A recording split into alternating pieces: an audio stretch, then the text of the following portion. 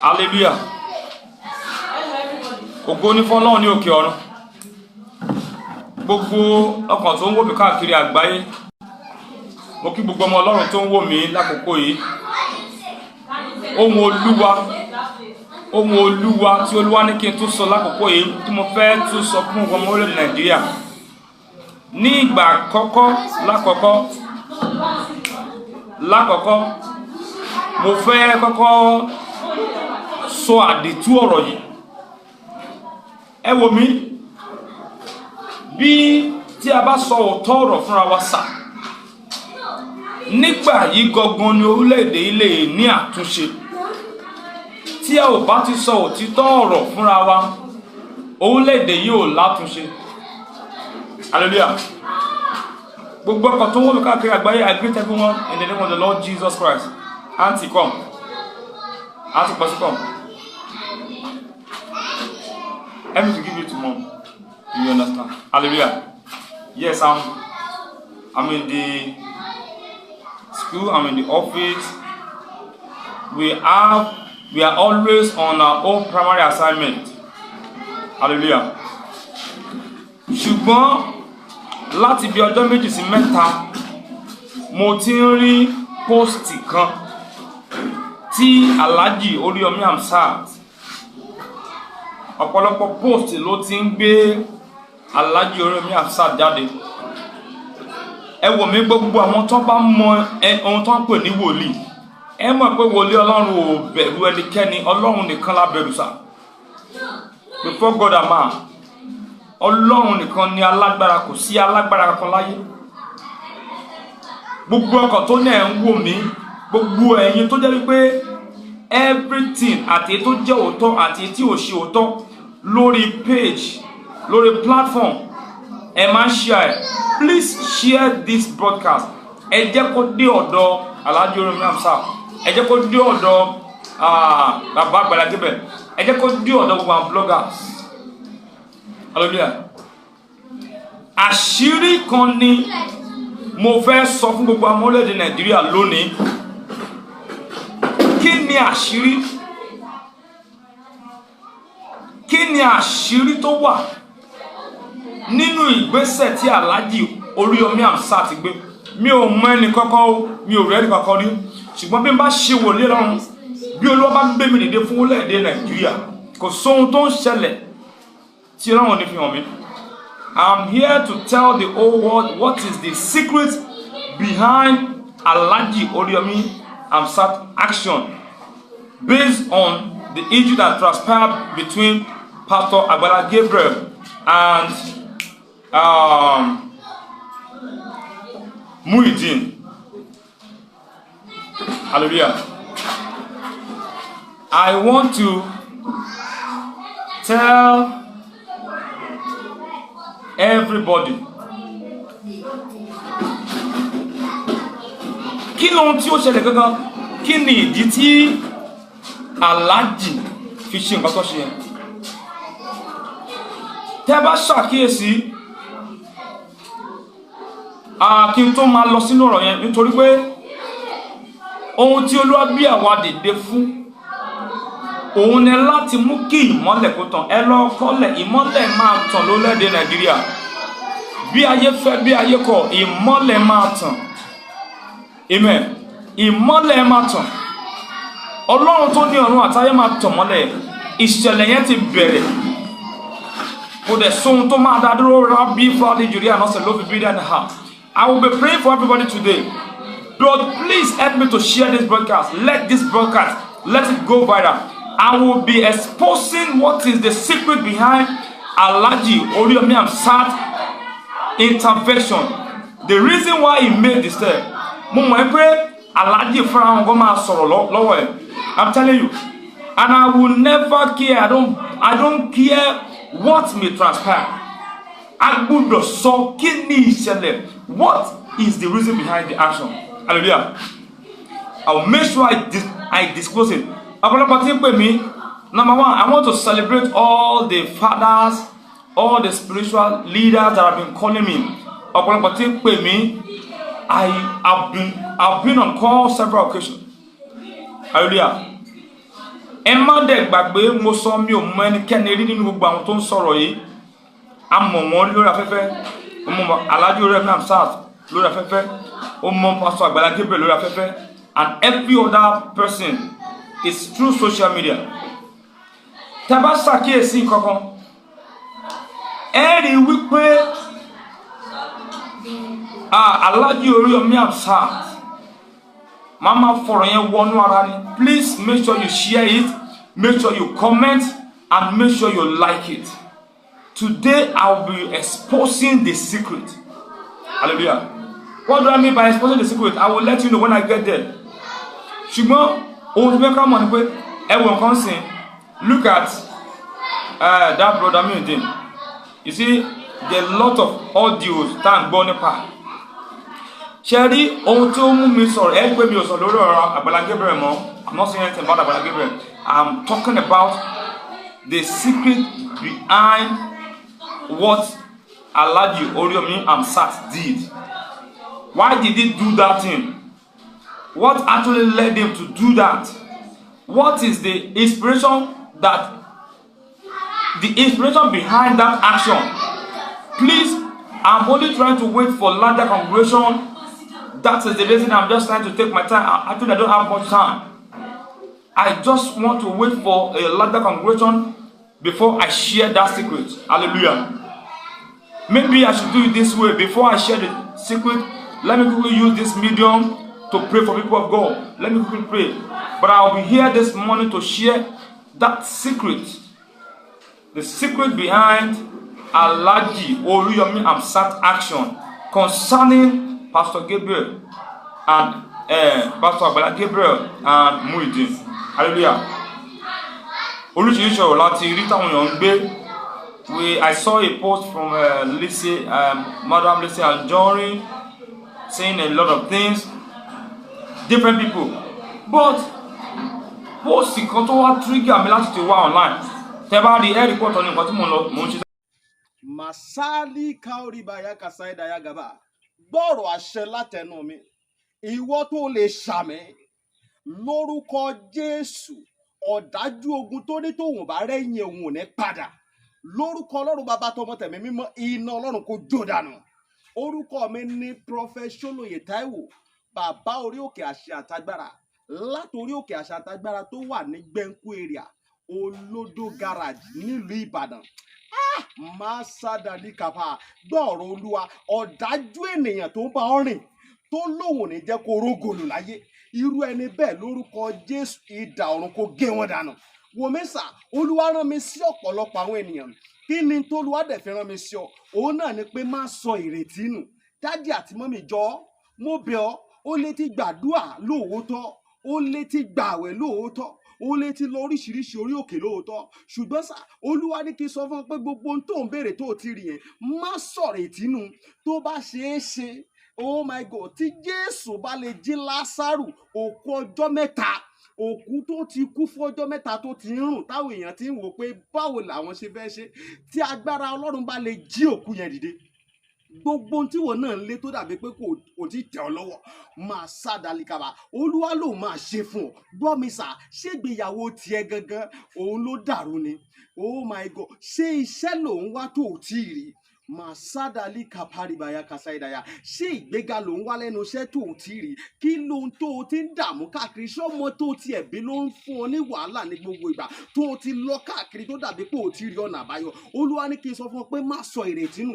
Wòmísà, o ò tí ì pàdé ẹni tá a rán sí ọ ni. Òun ló fà á. Ṣùgbọ́n Olúwa rán mi sọ pé àkókò rẹ ti tó. Òun fẹ́ tú ọ sílẹ̀ nínú gbogbo àjàgà ogun èyí tí ayé rẹ wà.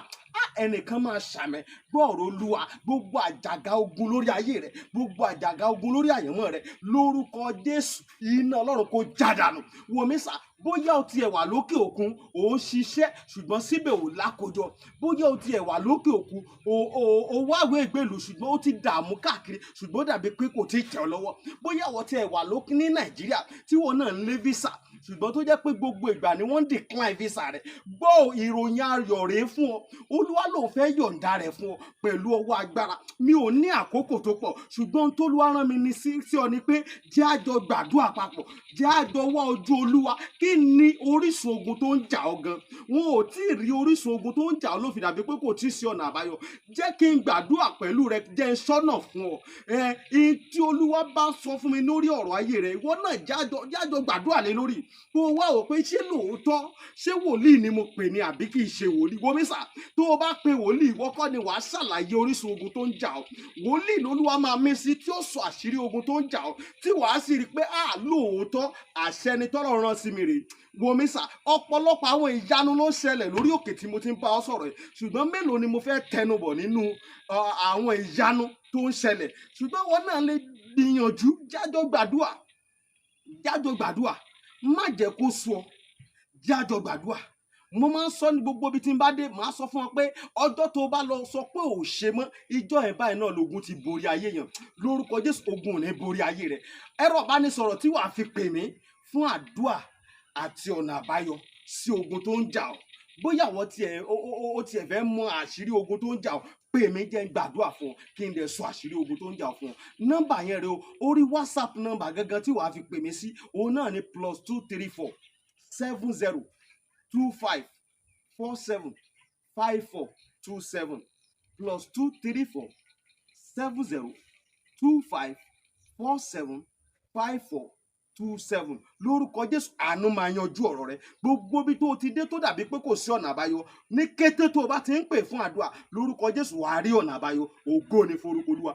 Jésù Olúwa wa. Àmín, àmín, àmín lórúkọ Jésù. Stay blessed in Jesus' name. Arákùnrin kan wà tá a ṣe lórí ẹ̀ lọ́wọ́lọ́wọ́ tí mo dẹ̀ gbọ́ Ọlọ́run gbọ́ pé Ọlọ́run máa lo agbára rẹ̀ láti tú arákùnrin yẹn sílẹ̀. Amen. So ohun tó trigger mi láti wá sórí afẹ́fẹ́ láàárọ̀ yìí òun ni pé mo rí post kan níbi tí Alhaji Oriyomi Hamzat ti sọ̀rọ̀ kan wípé wọ́n kọ́ ti post yẹn bí ẹni pé wọ́n sọ̀rọ̀ pé ohun kan tí ò bá ti di tọlọ́pàá, ipe nǹkan tí ò bá ti dọ́dọ̀ àwọn ọlọ́pàá, hallelujah, ipe ṣùgbọ́n àwọn wá sáré coming, hallelujah, àwọn wá sáré coming. So now kí ni ohun tí mo fẹ́ kí gbogbo àwọn orílẹ̀-èdè mọ̀? Kí ni ohun tó inspire Alhaji Oriyomi Hamzat láti coming? Number one, you are not a Christian. Number one, you do not belong to anybody in Christianity. Number two, you are a Muslim. The question I want to put before everybody watching, everyone, what is the relationship between Christian and Muslim? Is there any interrelationship? Do we have anything together? Do we have anything in common? What actually caused the reason why a Muslim person will interfere in a case that concerns Christian? This case has to do with Christian body. This case has to do with Christian personalities. This case has to do with someone who is a Christian. But look at it. Nobody is coming in. Why is it a Christian personalities and Muslim personalities that got involved in this? I have to tell you the secret today. Hallelujah. Please make sure you share it. Let this video go viral. I'm a prophet to the world. I'm a word prophet. And that's the reason we are raised for this end time revival. Wherever you are watching the broadcast, I am raised for the end time revival. For the coming of our Lord Jesus Christ, the light must shine. We have to speak as the truth. The truth must be revealed. Hallelujah. What is the reason behind it? Why should Alhaji Oriyomi Hamzat intervene in a case that concerns Agbala Gabriel, a pastor, a man of God, Jesus' disciple, somebody that has to do with Jesus Christ? What does Muslim brother has to do with something that concerns Jesus Christ? As many of you that are watching me, wherever you're watching me from, I want you to know the secret behind it today. Hallelujah. Gbogbo ọmọ Ọlọ́run tó ń gbọ́ mi, kí n tó tún sọ ohunkóhun, ṣe rí ohun gbogbo máa ń ṣẹlẹ̀ fún ìdí kan ni. Me on the far go watch for this broadcast will not be more than 30 minutes broadcast. I was called is a child from the kingdom of God. Please, as you are joining it, please share it, like it, comment it. Please help me to copy Alhaji Oriyomi Hamzat. Help me to copy Pastor Agbala Gabriel. Help me to copy everyone. I will expose the secrets today. Now, let me try and flash back to previous memories. There have been several issues where people from the Muslim intervene into Christian issues, where people from Christian, but I never think most of Christian, they don't mostly intervene in something that has to do with Christian. Please, Margaret Kolo, wherever you're watching from, please help me to share this. Help me to share this message. If you have shared it, I will be prophesying to your life. I am a prophet that God has raised for this end time revival. I'm emphasizing, why should Muslims intervene in what that has to do with Christianity? It is very rare we see Christians intervene in issues that concern Muslims. What is Alhaji Oriyomi Hamzat? What is it trying to establish? What is it trying to initiate? What is Alhaji Oriyomi Hamzat bringing out? I want to charge you. The fire will come out. There will be bursting of fire. Inoma ju aramasa. Hallelujah. Ohun tó lọ fún ni iná ju aramasa mi ò sínú rẹ̀ lọ́n tẹ́lẹ̀ kẹ́rin lè fọ́ pa ìdá ẹ̀sà. Òtítọ́ ọ̀rọ̀ ògbúrò ní ká má sọ. Wòmí nítorí pé kò sí agbára tó tọ́jú náà jẹ́ agbára Jésù sá. Àìlè sọ òtítọ́ òun ló mú kí orílẹ̀-èdè rí bó ṣe rí lónìí. Nítorí pé à ń fọwọ́ ra òtítọ́. I have to make some point clear this morning. Hallelujah. Please, I'm still trying to wait for larger crowd. As many of you that are watching the broadcast, make sure you are sharing it. Make sure that you comment and make sure you like it, because I know you will learn something here today. I've seen Alhaji Oriyomi Hamzat bringing out several posts trying to defend himself. Alhaji, you don't need to defend yourself. Please, I repeat again, Alhaji Oriyomi Hamzat, you don't need to defend yourself. Maybe it's a bit of a share anarchy or yabi. Hallelujah. Be what bashire anarchy or yabi. Alhaji, let me tell you, if you know that what you did is right, you don't need to bother yourself. Why? I am here today to reveal the secret behind your action. Why did you have to take up that case? Why did you have to be that forward? You are saying it this morning, or an other more post here. You are Alhaji Oriyomi Hamzat sọ pé tí màá quickly intervene the case of being into police custody or whatever. I know many Muslim scholars now, they have been ready to hear what actually where I'm driving at or what I want to bring out of this. I will tell you the secret today. I will tell you the secret right now, and I don't want to care. Ohun tí Olúwa bí mi dé fún pé ìsọjí gbọ́dọ̀ dìde, òtítọ́ gbọ́dọ̀ farahàn, agbára dẹ̀ gbọ́dọ̀ sọ̀rọ̀. Hallelujah. Gbogbo ọkàn tó ń gbọ́ mi, mo fẹ́ kọ́kọ́ gbàdúrà fún àwọn èèyàn, so that I want to have a larger audience. I want this message to go viral. I want Alhaji Oriyomi Hamzat, I want him to speak on this. I want all Muslims to speak on this. I want every other denomination to speak on this. This secret I want to reveal this hour. I want everybody to speak about it. But before I make the declaration, before I reveal this secret, I want to pray for people. Let me quickly commit people, because most of you use your resources, your data, your phone, everything, your strength before you get the devices available. I want to pray for you. Let me quickly pray for a set of people before I reveal this message. Please, as you are joining, make sure you share and make sure you comment on the comment section. Hallelujah. ohun tí Alhaji Oriyomi Hamzat ṣe. Jẹ́ kí n sáré gbàdúrà fún gbogbo ọkàn tó ń wò mí láàárọ̀ yìí. Ògo ni fọ́lọ́run ní òkè ọ̀run. Ẹ gbọ́ ohùn Olúwa sọ nínú ọ̀rọ̀ Ọlọ́run. Ọ̀rọ̀ Ọlọ́run sọ wípé kíyèsí, ó ní ohun gbogbo tí mo dá dáradára ni. Wò mí gbogbo ọkàn tó ń wò mí láṣà ní wákàtí yìí kí n tó fi wò mí. Mo sọ lórí ayé rẹ gbogbo àìdára èyí tó ń mú ìbànújẹ́ wọnú ayé lórúkọ Jésù. Ọlọ́run pa wọ́n lẹ́nu mọ́.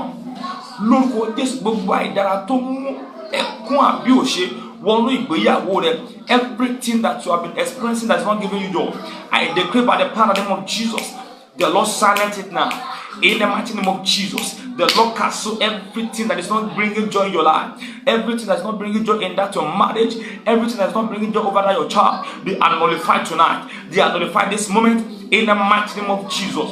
The Lord said I should tell somebody, here that sorrow, that thing that you have been crying upon, the Lord is turning your sorrow to joy. Oh, thank you, Jesus. The Lord told me. He said when the wine was finished at the wedding ceremony, Margaret Kolo, I will pray for you. You are the first person that I see your comment. I will pray for you. But I want to pray for everybody that come across this post or that will be watching this post before I reveal the secret behind Alhaji Oriyomi doing that thing to Pastor Agbala Gabriel, a Muslim and a Christian. I will reveal the secret. You know this thing has been on before now. You know this issue has been on before now. All the Muslim and Christian issue, I will tell you, why should Alhaji Oriyomi Hamzat, why should he intervene? I'm coming there. Let me quickly pray for people of God. I want to use that video to reciprocate of your resources that you are using to watch us, to connect with us. Hallelujah. The Lord said I should tell you, at a portion of time when the ceremony is going on, the wine got finished. I don't know what you are facing in your life. Maybe your life have been on a smoother platform. You have been enjoying your life. Gbogbo tó ń dùn yẹn dẹ̀ parí. Olúwa ní kí n sọ fún ọ bí wòlíì àgbáyé lónìí bí Jésù bá lè wà níbẹ̀ tó dẹ̀ mú gbogbo kò sí ó dẹ̀ sọ di ọ̀pọ̀. Oh, medali kuba ya kwaria deye kebo siri and ha.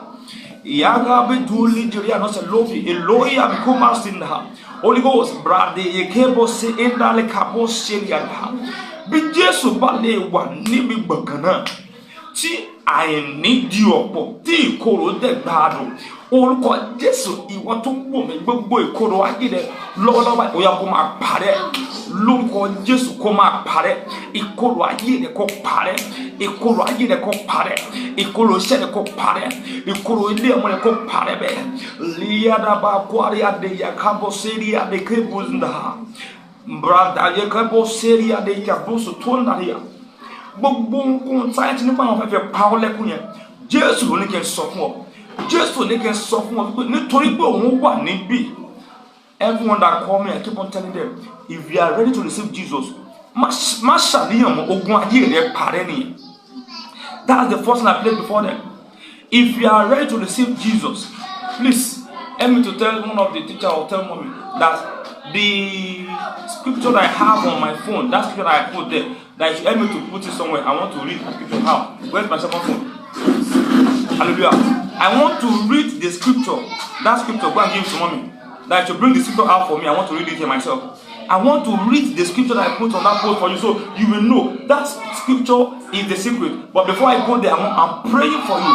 As many that have joined the broadcast, Jesus ní kí n sọ fún ọ pé ìkorò tán nínú ayé rẹ.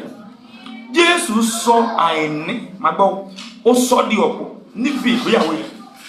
Ó wá mú ìkorò. Do you know that immediately you are not having sweet life again? Automatically it begins to be a bitter life. Even if you are not physically eating the bitterness, when the sweetness that you are enjoying is no more, the next sensation is bitterness. Àwọn yẹn níbi ìgbéyàwó yẹn bí ayé ọ̀pọ̀lọpọ̀ náà ṣe rí lèyí. Ó ṣe ti kọjá pé ìgbé ayé ìbẹ̀rẹ̀ yẹn dáa. Ṣùgbọ́n dé ìkórìtà kan, dídára yẹn kò wá yọjú mọ́. Ó wá dàbí ẹni pé ìkorò ni.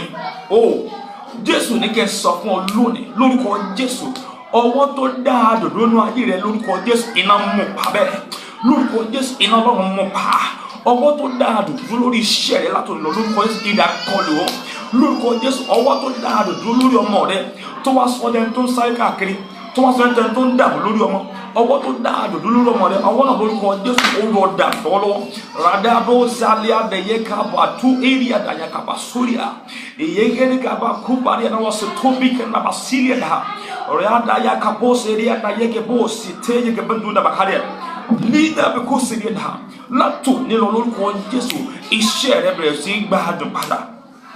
Every one of you, peradventure you are not able to connect with this broadcast live, or you later encounter it, make sure you put a call through to me.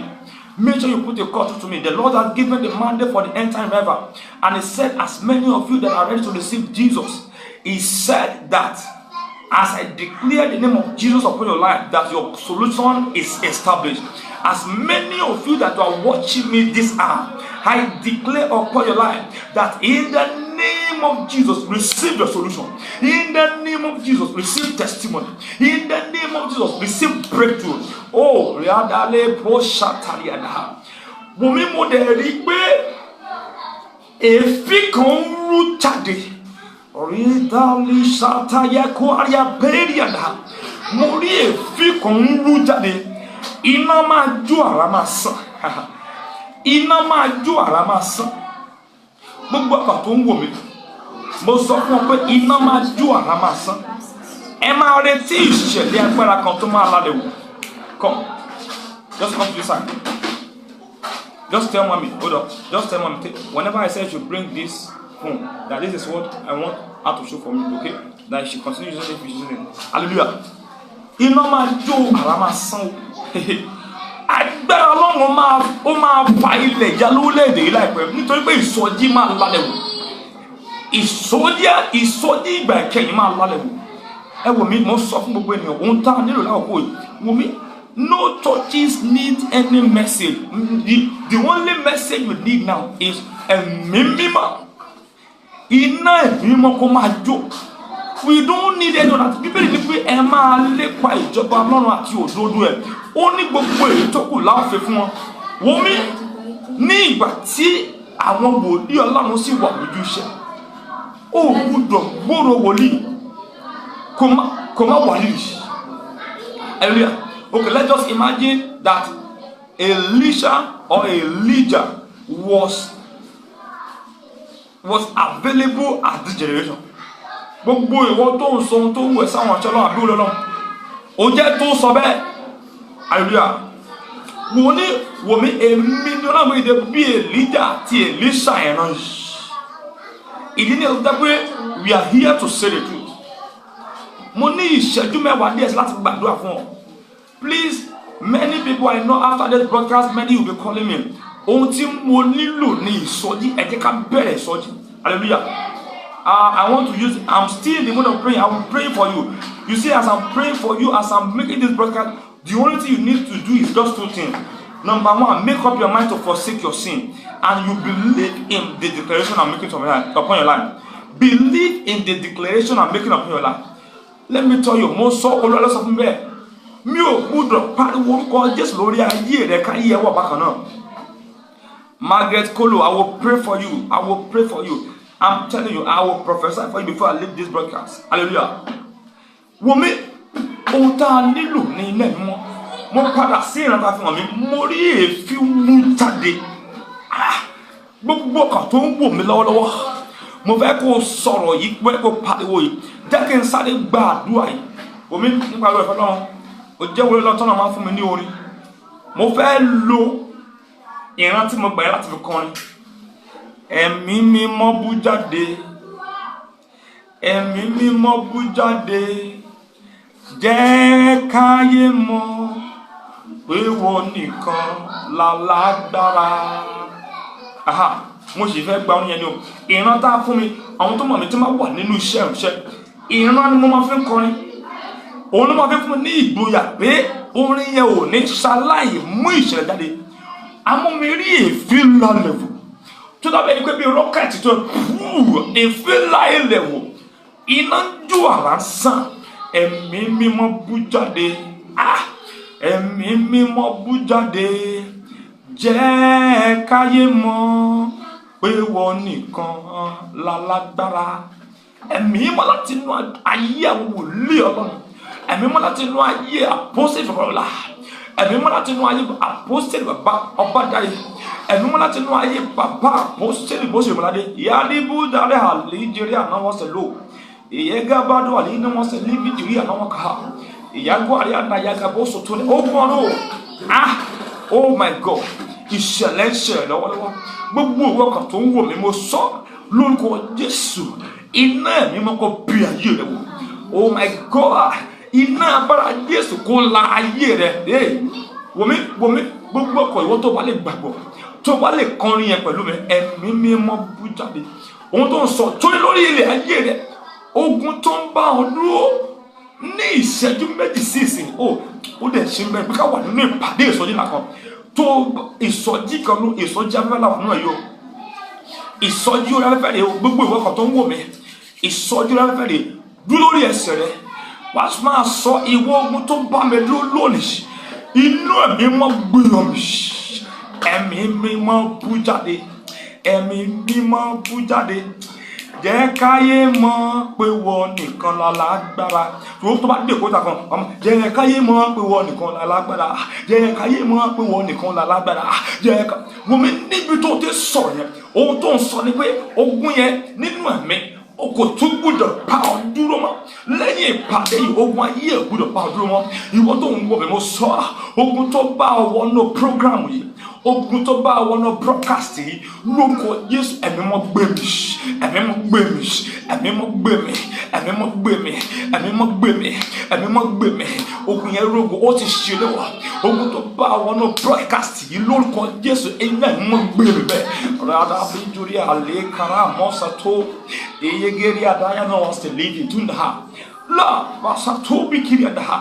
Gbogbo kan rí dájú wípé o connect mọ́ mandate. Èyí ni mandate tá a bẹ́ẹ̀ de fún ìsọjí ìgbà kan yìí. Hallelujah. Ọ̀pọ̀lọpọ̀ Ọlọ́run ìránṣẹ́ Ọlọ́run, many ministers of God. I received call from some fathers yesterday, and I want to appreciate all the fathers that are calling. The Lord will continue to uphold you.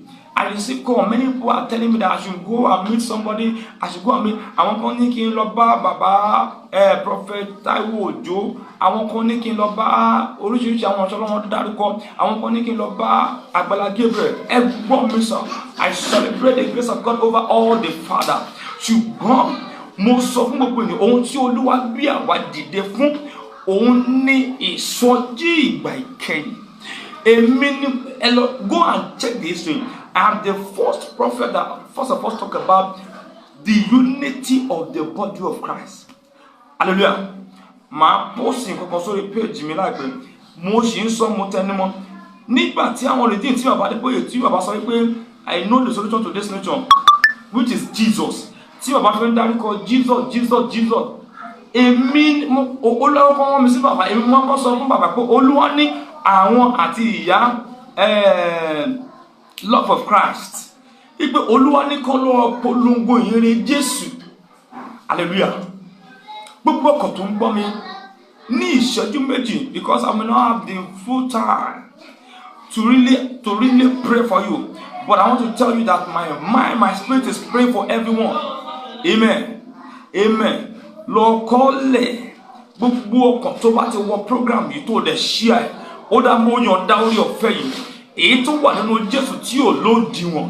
Gbogbo ìwọ ọkọ̀ tó ń wò mí lọ́wọ́ tó lè rí mi wò ní ìkẹtí tí mo sọ lọ́wọ́lọ́wọ́ yìí. Ó dá lórúkọ Jésù mo sọ àṣẹ látòrí àgbélébùú lónìí ó yẹ kó ṣẹ́gun òkun nínú ayé rẹ̀. Oh my God. Tó o bá lè rí mi wò, ó ń wò mí lọ́wọ́lọ́wọ́, máa ṣàbíyàn bẹ́ẹ̀. Olúwa ní kí n sọ ní ìṣẹ́jú márùn-ún. Máa wo ohun tó máa ṣẹlẹ̀ sí ọ. Ìwọ tó ń wò mí lọ́wọ́lọ́wọ́ tí mo ti ń sọ̀rọ̀ yìí ni o, that you can watch this broadcast live. Olúwa ní kí n connect mo sopọ̀ mọ́ agbára orí àgbélébùú. Gbóhùn Olúwa, Bíbélì sá sọ wípé ó ní gbogbo igi kíkí tí a bá ti gbé a ó fà á tú. Àṣà àti kọ́ pé Olúwa lọ́wọ́ ní kẹ́ fọ́lẹ́ balẹ̀ fún wọn kọ́ máa gbọ́ tiẹ̀. Mo sọ lórí gbogbo ọkàn tó bá ṣe àbẹ̀lẹ̀ ọlọ́ tó ń wò mí. Gbogbo ọwọ́ òkùnkùn nínú ayé rẹ̀ lórúkọ Jésù kó parẹ́. Ọwọ́ òkùnkùn lórí iṣẹ́ rẹ̀ ó yá kó máa parẹ́.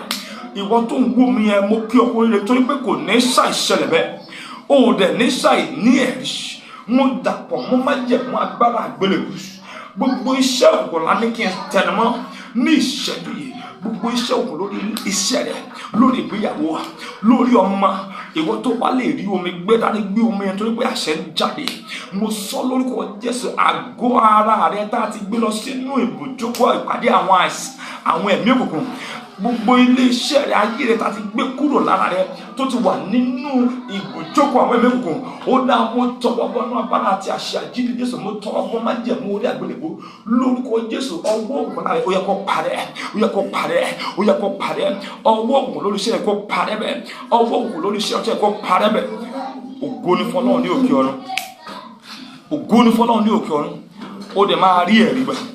Father, I want to bless you because of what you have done at this hour. I commit every prophetic direction upon your hand.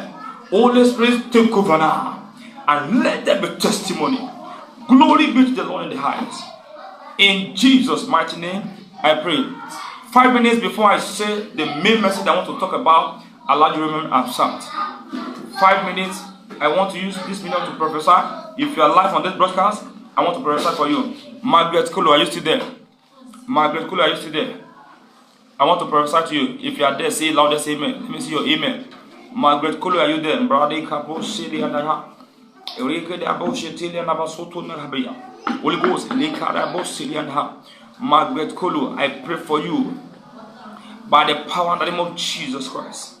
Every confusion over your life, at this hour, the light of God will liberate you. Every conviction that you are revolving within. Margaret Kolo, I saw you within a circle. You are revolving in just one circle. You are confused. You are just treading one circle. The Bible says, I will tell you, the light shines so bright that darkness cannot comprehend. In every circle of conviction, I liberate you now. Let there be open doors. Margaret Kulu, are you still there? Are you still there? I want to know if you are not there. If I'm not having your amen now, I move to the next person, brother.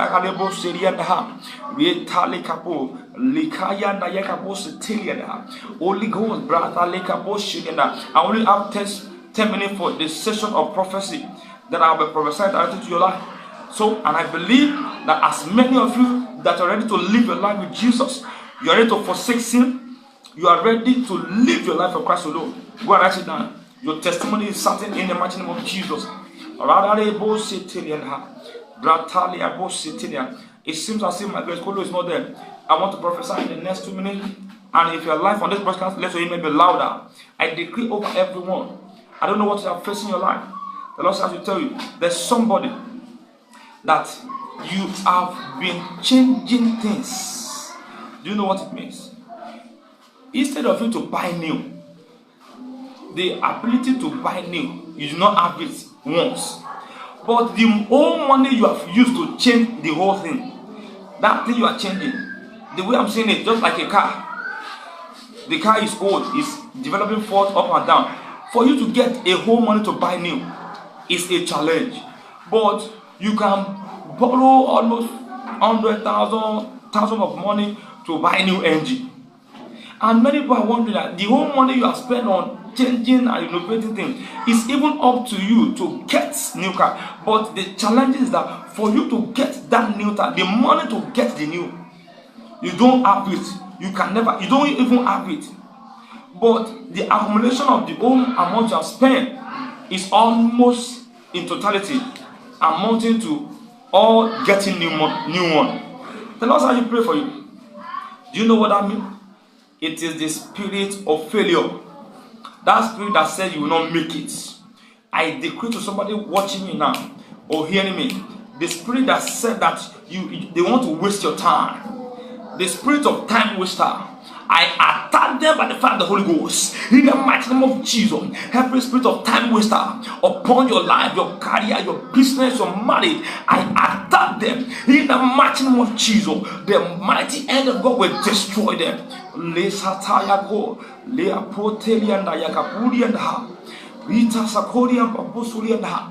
That spirit that said they want to waste your time, I decree in the mighty name of Jesus that the Lord will destroy their forces of your life. The Lord shall tell someone, those of you that are involved in trading, especially agricultural trading, how? Peradventure, maybe you are an intermediary. You go to the farm, get all the goods, then you distribute to the markets. The Lord said that there are agents that are devourers. They are devouring agents that are working on all people that are trading, especially in agricultural sectors. The Lord said to tell you, you will use your mouth. As many of you that are watching the broadcast, you will use your mouth. If you are dealing with maybe agricultural trading, selling or trading products from agriculture, it may be animal, it may be crops, it may be any other thing. The Lord said I should rebuke the devourer. Are you with me? Are you ready? You will speak louder. You say, in the name of Jesus. If you are ready, those of you that are involved in agricultural activities, put your call to me. The Lord said you should use 1 bottle of water. I'll tell you what to do with that bottle of water. Just remind me whenever I put your call through. You said, man of God, you said that the Lord said we should call you, those of us that are involved in agricultural activities, that we should pray with a bottle of water. Let me tell you, we don't need to waste our time. The name you have been given is a strong tower. Do you know what I mean by a strong tower? The place have been built for our rescue. Do you know the meaning of tower? The place that have been built for your rescue. So let me tell you, the rescue has been established in the tower. The only thing you need is just run to it. And do you know the condition? The condition is there. It's only the righteous that can enter there. And that is why most of the churches today, I said it somewhere, many people are now struggling to preach genuine salvation. They are packaged salvation. Excuse me. Can we package salvation? Ẹgbọ́n ṣé èèyàn lè fi kàrámọ̀ sí ìwàásù ìgbàlà ni? Àní ẹ sọ fún àwọn èèyàn pé kọ ẹ̀ṣẹ̀ sílẹ̀. I was praying with somebody.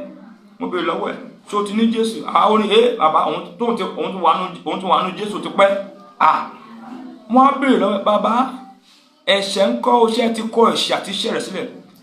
Ó ní bàbá gbogbo wa náà lẹ́lẹ́ṣẹ̀. Máa sọ fún point blank. It is very clear. Ṣùgbọ́n Jésù ní ẹ̀jẹ̀ mímọ́, ẹ̀jẹ̀ pípé bí èmi náà ti jẹ́ pípé. So don't accept the fact that you are born of flesh, that you have the grace. It's not something bad for me now. Everybody they rely on that grace that only of your Lord to one. Do you know that? Do you know what it means by grace? God in your race. Do you know what it means? Taking away all things that have to do with this earth, putting on that the load, putting on the holiness, the righteousness of God alone. That is when you can be a grace. Do you know what it means by to be a grace? It means that you being a sheep to other. Not that you yourself, but you being a grace. Other people will enjoy you. You don't get that message. Okay, bí àpẹẹrẹ sìn, wọ́n sọ pé orí ọ̀fẹ́. Orí ọ̀fẹ́ jẹ́ nǹkan tí ọ̀pọ̀lọpọ̀ gbọ́dọ̀ jẹ́ lábẹ́. Bí àpẹẹrẹ sìn, àwọn onígbàgbọ́ tá ṣe wà lórílẹ̀-èdè yìí. Ó yẹ ká jẹ́ bí orí ọ̀fẹ́ lórílẹ̀-èdè yìí. Kò yẹ kí àwọn onígbàgbọ́ wà lórílẹ̀-èdè yìí kí ogun èṣù máa jà wá. Tá a bá tiẹ̀ ní àwọn ẹlẹ́yà tó kù tẹ́ pé wọ́n wà nínú ẹ̀ṣẹ̀ àbọ̀nkún. We Christians we supposed to be a grace distributor, or we're supposed to be agent of grace. Kì wọ́n ti pé káwọn onígbàgbọ́ yẹn àwọn káwọn pé àwọn àbí orí ọ̀fẹ́ pé a lè dẹ́ṣẹ̀ pé àánú.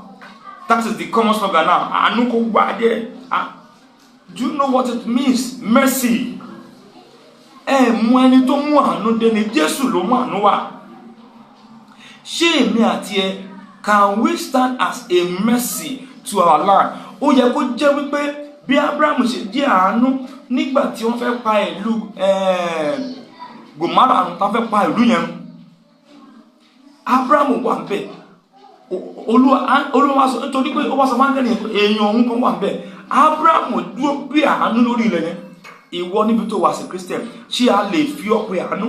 Ìwọ ó jẹ́ Christian, orílẹ̀-èdè ẹ̀dẹ̀ wà nínú ìdààmú. I used to tell people in my environment, they know me. It was when I get to my community, that community did not have light for couples of years. I told them, if I'm truly a prophet of God, the light will come. That is what it's all about. Are you being a mercy You must be grace in the environment that people will enjoy.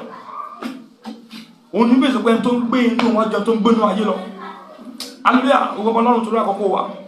Please, I'm just here to drop this short message. As many of you, I want to boldly say,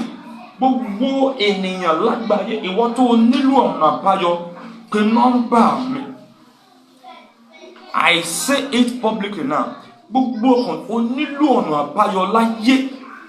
Call my number. They will put my number there and pin my number there. Most of my broadcasts, my number is always there. Anybody that needs solution, you need solution, irrespective of denomination, Christian, Muslim, or whatever you have, call my number. I decree upon everyone watching me that the mighty hand of God will locate you for great deliverance. The mighty hand of God will locate you for great liberation. The mighty hand of God will locate you for great transformation. And your life will experience a turnaround. In the mighty name of Jesus. Now,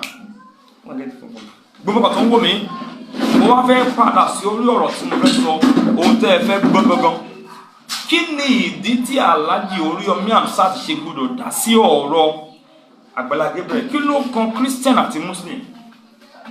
Kí ni ìdí tí Alhaji Oriyomi Hamzat gbọ́dọ̀ fẹ́ dá sí ọ̀rọ̀ pastor? Kí ló kan Alhaji lórí ọ̀rọ̀ pastor? Alhaji Oriyomi Hamzat, I called you again. Alhaji Oriyomi Hamzat, mo lè fẹ́ jẹ́ kí Alhaji Oriyomi Hamzat fẹ́ kó sọ̀rọ̀. I want Alhaji to talk. Alhaji, I want you to talk. Ìdíre Olúwa ló sọ fún mi bẹ́ẹ̀. Hallelujah. Osoko tó tẹ̀lé kí n tó jáde máa bí lọ́wọ́ Ọlọ́run kí ni ká ṣe. Mo gbọ́ ohun yẹn ẹ mọ́dẹ̀ fún mi ní ìtọ́ni. Ẹ ti rí Bible verse mo fi síbẹ̀. Ìdí tí Alhaji Oriyomi Hamzat ṣe gbọ́dọ̀ fi sọ̀rọ̀. Òun fẹ́ sọ fún yẹn fún gbogbo ẹ̀yin tí ẹ ń nílẹ̀ Alhaji Oriyomi Hamzat. Ohun tẹ́ ẹ ṣe yẹn ẹ máa tẹ̀síwájú. Oníkálùkù máa rí èsì ẹ̀ láìpẹ́. Gbọ́ John rèé ó sọ̀rọ̀. Ó ní Master, this is Luke 9 verse 49 to 55. Ó ní Master, we saw a man using your name to expel demons, and we stopped him because he wasn't of our group. Look at what Jesus said. The Bible says, Jesus said, don't stop him. Hallelujah. I know many of you now, like you'll be dazed. You'll be so dazed that you want to hear what this prophet want to say about Alhaji Oriyomi Hamzat. Alhaji Oriyomi Hamzat have done something great. I'm not supporting him. I don't know. Let me tell you, as a prophet, I know some spiritual mystery that is there. But that particular action of standing in gap, that is what I want to use here. Ẹ jẹ́ kí n túmọ̀ ẹ̀. Ó ní arákùnrin kan ó sì wá bá Jésù. Ó ní Jésù, àárí arákùnrin kan tó ń lé ẹ̀mí èṣù jáde ní orúkọ rẹ̀. Àwa sì bá a wí wípé kó dáwọ́ dúró. Ṣùgbọ́n Jésù sọ wípé ẹ má ṣe dá a lẹ́kun. That is where I'm going. This is the message. I am prophet and apostle Jesus' testimony that come with the revival of the end time. One Christianity. Ẹ̀rí nígbà tí mo gbé mandate yìí jáde, ọ̀pọ̀lọpọ̀ ń sọ pé mo ti rí àwọn kan wọ́n castigate mi, wọ́n ní ṣe lè mọ ohun tó ń ṣe. Alhaji Oriyomi Hamzat, ṣẹ́rí nítorí ohun tí mo gbọ́ tí Alhaji Oriyomi Hamzat sọ yẹn, Alhaji Oriyomi Hamzat ni màá wá ọ̀nà àti lọ kí. Ẹ jọ̀ọ́ gbogbo ẹni tó bá ní nọ́mbà Alhaji Oriyomi Hamzat, ẹ jọ̀ọ́ ẹ bá mi send nọ́mbà Alhaji Oriyomi Hamzat mi. Mo fẹ́ pè wọ́n for the first time. Tí n bá dẹ̀ máa pe Alhaji Oriyomi Hamzat, máa pè wọ́n lórí live by. Èmi ò kí ń sábà relate mọ́ àwọn èèyàn. Ṣùgbọ́n bí wòlíì tí Olúwa gbé jáde, wòlíì àgbáyé. Ohun tí Alhaji Oriyomi Hamzat ti ṣe, òun ní nǹkan tí a pè ní one Christianity mandate. Hallelujah. Ìṣọ̀kan gbogbo àwa, kí mo pé gbogbo àwa ọmọ Ọlọ́run tá máa sọ nípa ọmọ Ọlọ́run, Muslim, aláwo, oníṣègùn, ọlọ́ṣun, oní gbogbo ẹ̀, ẹjọ́ ta ló dá wọn? Ọlọ́run ni o. Hallelujah. Ọlọ́run ni o. Amen. I will be attending to call very soon. Just call me. Pè mí, wọ́n gbàdúrà fún. Amen. Arákùnrin yẹn ó lọ bá Jésù á rí arákùnrin kan ń lé ẹ̀mí èṣù jáde. Bẹ́ẹ̀ náà ni Jésù ní kí n sọ fún gbogbo ẹ̀yàn ọmọ orílẹ̀-èdè Nàìjíríà. Alhaji Oriyomi Hamzat, ohun tí wọ́n lọ ṣe láàrin Pastor Agbala Gabriel àti Muideen, ẹ lọ bèrè gbogbo ẹni tí wọ́n máa Alhaji Oriyomi Hamzat, ẹ lọ bèrè bí wọ́n ti pàdé ẹnìkan tó ń pè ní wòlíì ẹ̀rí Jésù rí. Ẹ lọ bèrè, mi ò mọ̀ wọ́n rí, wọn ò mọ̀ mí, social media náà ló máa jẹ́ ká ti pàdé ara báyìí. Mo dẹ̀ gba Ọlọ́run gbọ́ pé Alhaji Oriyomi Hamzat, bóyá ẹ̀yin gan lọ́rùn fẹ́ lò láti gbé ìsọjí ìgbà ìkẹyìn gan dìde, torí ọ̀pọ̀lọpọ̀ láti ń kígbe pé a nílò irinṣẹ́ ìsọjí. Ó ṣeé ṣe gan bí àwọn Muslim gan lọ́rùn máa lò báyìí láti fún wa ní irinṣẹ́ ìsọjí ẹ̀. Kò ní ṣe pẹ̀lú ibikíbi tó bá ti wá. Ẹ wò mí, ó dìgbà tí a bá tó clarify bàríà tó wà láàrin wa yìí. Ẹ dẹ̀ mọ̀ ohun tó ṣẹlẹ̀, ẹ rí pé láyé ìgbà àwọn bàbá ńlá wa, àwọn bàbá wa ọlá, àwọn mọ́sẹ̀lẹ̀mọ́dé, ẹgbẹ́ gbogbo nǹkan yóò ṣẹlẹ̀ nítorí pé agbára Ọlọ́run wà, nítorí pé àwọn ènìyàn tí Ọlọ́run pè ló wà lójú iṣẹ́. Kì í ṣe àkókò yìí tí ọ̀pọ̀lọpọ̀ ti yọ̀lẹ, ọ̀pọ̀lọpọ̀ tó wà lójú iṣẹ́ bí ìkọ́ Ọlọ́run, àwọn jẹun ló pọ̀, mo lè fi gbogbo àyà sọ, jẹun ló pọ̀ ṣá.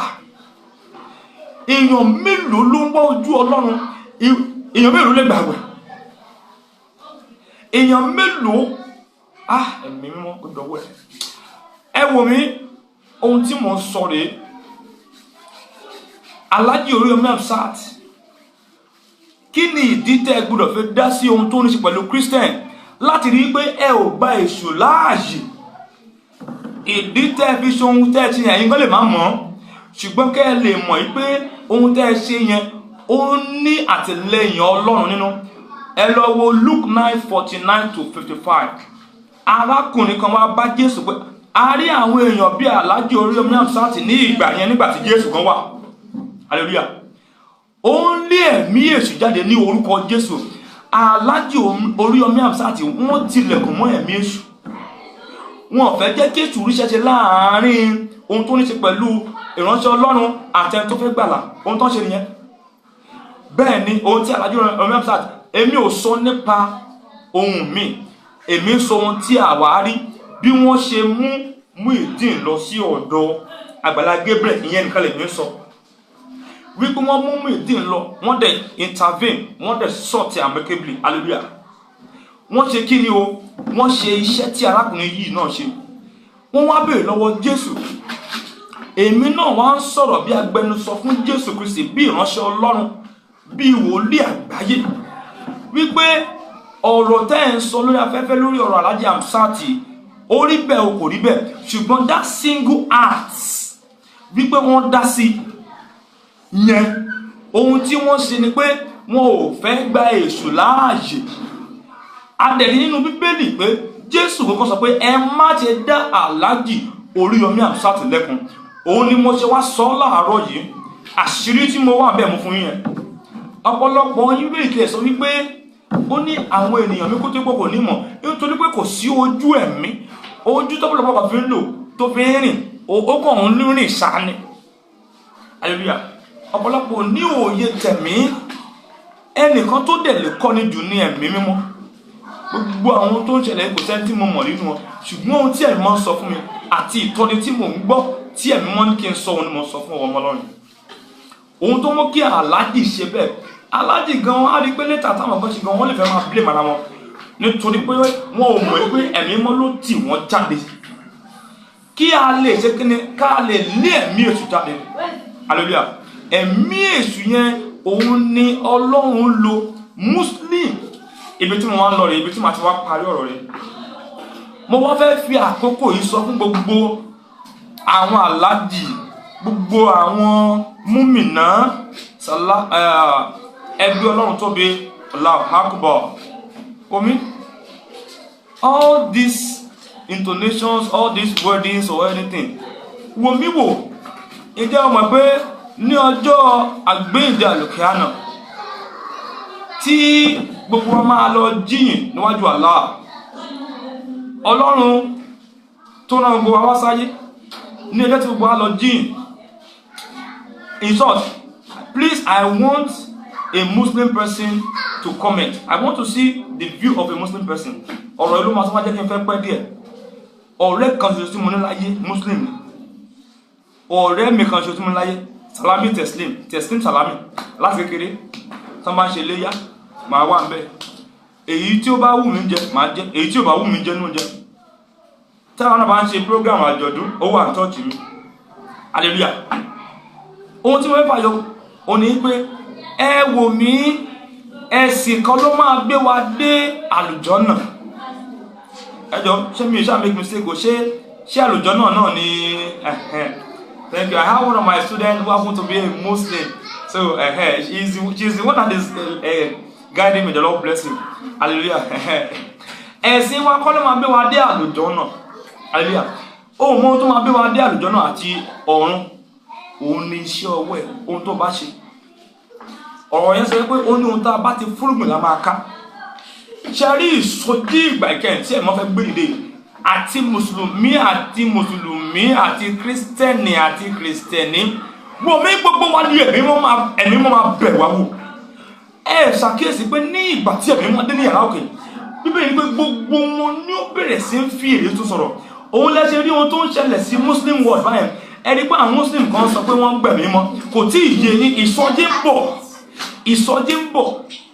Gbogbo tẹ̀rí ẹ̀mí mọ́ ti ń pìpì ẹ̀ kankan. So gbogbo Muslim àti Christian, ẹ jẹ́ ká múra ìsọjí wọ̀. Ẹ wò mí, gbogbo ohun tá à ń ṣe yẹn, ẹ ò tí ì mọ ohun tó ń ṣẹlẹ̀. Nípa ọ̀dọ̀ Ọlọ́run, mo mọ̀ pé Ọlọ́run máa gbé iṣẹ́ ìdìde. Ẹ máa ṣẹ́rí àìní agbára ọ̀pọ̀lọpọ̀ àwọn ènìyàn bí ìkọ́ Ọlọ́run. Òun ni ò lè jẹ́ kí wọ́n lè venture to something. Bàbá, tí o bá mọ̀ ẹ́ pé ọ̀tọ̀ ni kó máa pe Ọlọ́run Babalọ́lá, ọ̀tọ̀ ni kí o mọ̀ pé Babalọ́lá farahàn ẹ́. Hallelujah. Ohun tí mo sọ yẹ wò mí, àwọn tí Jésù farahàn nígbà tó jíǹde, àwárí kì í ṣe pé a gbọ́ nínú ìtàn. Wò mí, èmi rí àpọ́sẹ̀ Babalọ́lá, ó farahàn èmi ni.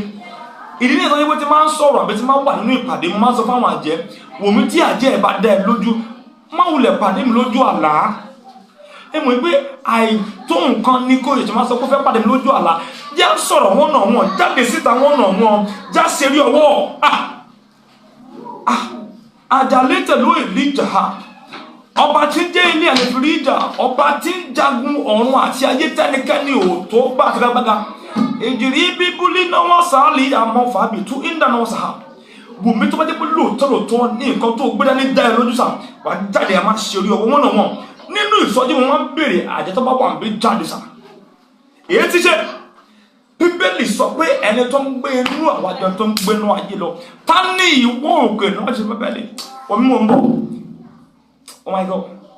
Ẹ wò mí, ẹ jẹ́ ká gbé ilé ètì, ẹ jẹ́ kí ìsọjí bẹ̀rẹ̀. Aláàjì Oriyomi Hamzat olóòrán ní kí n sọ fún yín bẹ́ẹ̀. Ìdí tẹ́ ẹ fi ṣe ohun tẹ́ ẹ ṣe ẹ̀mí mọ́ ló tì yín sí. Gbogbo ẹ̀yin àfáà Ọlọ́run. Níbi tí mo wà, àfáà kan wà lọ́dọ̀ mi báyìí sí.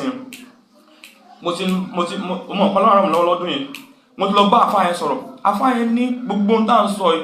Mo mọ̀ pé àwọn bàbá kan, àwọn bàbá àgbàlagbà, àwọn àfáà ńláńlá, tó yẹ kí mo ṣe lè salute àwọn àfáà ńláńlá yẹn ní èdè Muslim.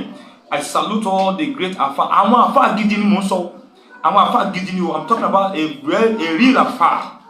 I salute you. Àwọn tó jẹ́ pé wọ́n dúró nínú òtítọ́, nínú àdúrà wọn àti ẹ̀sìn wọn tí wọ́n dẹ̀ ń ṣe òdodo. I salute you. Ẹ jẹ́ ká jọ gbé Ọlọ́run tóbi fún àwọn afa yẹn sallallahu wa sallam. Ẹ jẹ́ kí Allah Akbar, God bless you. Ẹ jẹ́ ká tún jọ gbé Ọlọ́run tóbi ní orí àwọn afa yẹn lẹ́ẹ̀kan sí Allah Akbar. Yes. Yombo Anabi ni sallallahu wa sallam àbí a great prophet. Ẹ̀rí ohun tí ó tún mú gbogbo ọ̀rọ̀ yìí wọnú ara ni pé ìsọjí ìrúsókè ìgbà ìkẹyìn. That is my only focus.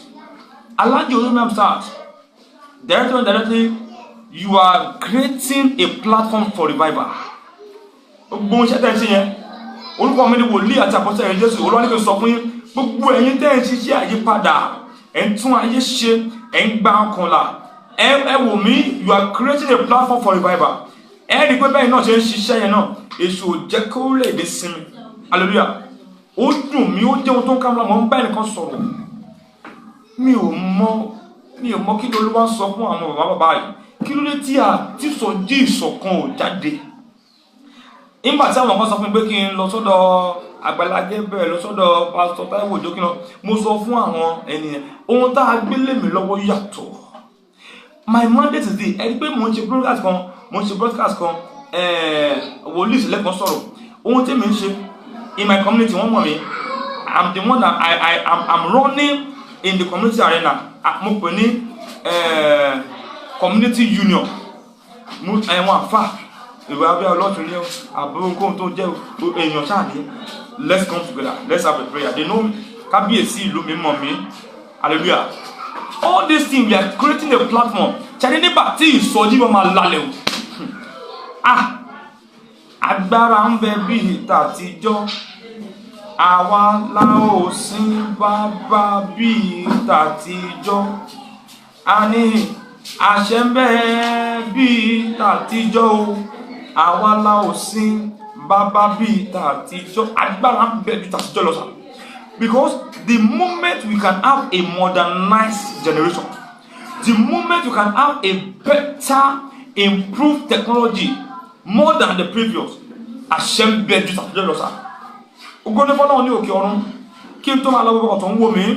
Orúkọ mi náà ni wòlíì àti àpọ́stélì ẹ̀rí Jésù tí mo bá yẹ mọ̀ sí wòlíì àgbáyé.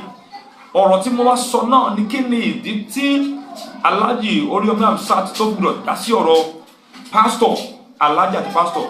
Ìdí náà mo ti fi hàn nínú Bíbélì yẹn.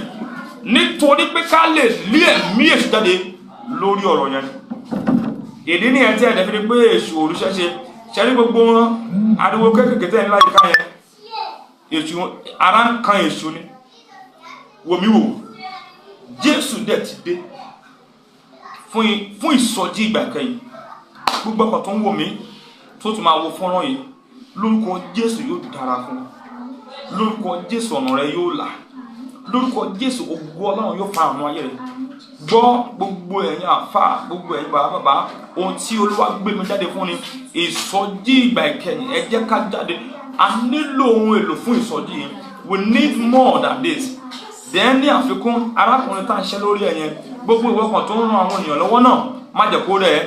Má sọ pé nítorí ohun tó ń ṣẹlẹ̀ ó ti yé bóyá ní Muslim line ní Christian line in other arena, ṣùgbọ́n ẹ gbọ́ o, gbogbo àwa ìránṣẹ́ Ọlọ́run náà, gbogbo àwa àfáà náà, gbogbo àwa ikọ̀ àti ìríjú náà, ẹ gbọ́, ẹ jẹ́ káwa náà máa ṣe òtítọ́ àti òdodo. Ṣé ẹ jẹ́ ká máa ṣe òtítọ́ àti kíni òdodo. Ẹ jẹ́ ká máa ṣe ohun tó tọ́ àti ohun tó yẹ. Mo sì ń sọ nípa ọ̀rọ̀ Ọlọ́run, that brother Muideen live. Mo gba Ọlọ́run gbọ́ tí Ọlọ́run bá fún mi lórí ọ̀fẹ́, bí Ọlọ́run bá ràn mí lọ́wọ́, tí Ọlọ́run bá dẹ̀ gbé ìlọ́wọ́ dé fún mi, I will still look for means to restore brother Muideen. Mo mọ̀ pé Pastor Agbala Gabriel náà, he will be working on it. Mo mọ̀ pé Alhaji Oriyomi Hamzat, bóyá orúkọ mo ti lè fún Alhaji, màá fún Alhaji lórúkọ láìpẹ́. Èmi ni mo sọ olóyè Sunday Igboho di revivalist. Olóyè Sunday Igboho is a revivalist. Ẹ lọ kọ́lẹ̀, mo tún sì máa connect sí olóyè Sunday Igboho. This prophet, ẹ kí n máa lò bẹ́ẹ̀ torí nínú broadcast wọn lọ sọ bẹ́ẹ̀, Saheed Ire, that prophet they call him say pé wòlíì náà làwọn náà pé lóríṣiríṣi accept a good. Hallelujah. It is through him. Yes, sometimes I even speak with Koiki Media. I spoke with him nígbà tó ní one international number. Ṣé ẹ rí ẹ lọ kọ́lẹ̀? Má jẹ́ mo tó lágbé mi lé mi lọ́wọ́. Òun ló máa ru orílẹ̀-èdè sókè fún àtúnṣe. By the grace of God, I'm still networking revivalist Olóyè Sunday Igboho. Èmi ni mo sọ Olóyè Sunday Igboho ní revivalist. Èmi ni mo kọ́ sọ àdúrà prayer point kan mo sọ lórí broadcast mi. Òun làwọn kọ́ lọ sọ de prayer àwọn ọjà sọ kíní kan Sunday Igboho prayer. Hallelujah. Ẹ lọ kọ́lẹ̀ Ọlọ́run prepare platform fún ìsọjí ìgbà kẹyìn. Ṣé nígbà tí àwọn ọlọ́mọ àwọn bá máa padà wá tí wọ́n máa dé ọwọ́ ogun èṣù onílé kí ló ta ló ń jẹ́ ogun èṣù lọ́jọ́ ogun Ọlọ́run. gbogbo tó ń ṣẹlẹ̀ yìí is a preparation for the end time revival. Ẹ máa wo tó máa ṣẹlẹ̀. Ẹ lọ kọ́lẹ̀ orílẹ̀-èdè Nàìjíríà jẹ́ orílẹ̀-èdè tí Ọlọ́run á ti bẹ̀rẹ̀ ìsọjí ìgbà ìkẹyìn. Orílẹ̀-èdè Nàìjíríà ṣe padà bọ̀ wá ní orílẹ̀-èdè tí gbogbo ayé ń bọ̀ wá tẹríba fún Ọlọ́run nínú ẹ̀. Gbogbo ayé ni mo pè é. Nigeria is still coming to be a nation that the whole world will bow down for his goal. Write it down. My name is Prophet Jesus Testimony, the word prophet. I want to celebrate God over this opportunity. As many of you that are watching the broadcast, I want to bless you, and I want to pray that you are blessed in the name of Jesus. I pray for you that the Lord wants to bless you. Please don't forget, share this, support this platform, and you shall be blessed. The Lord bless you all in Jesus' name.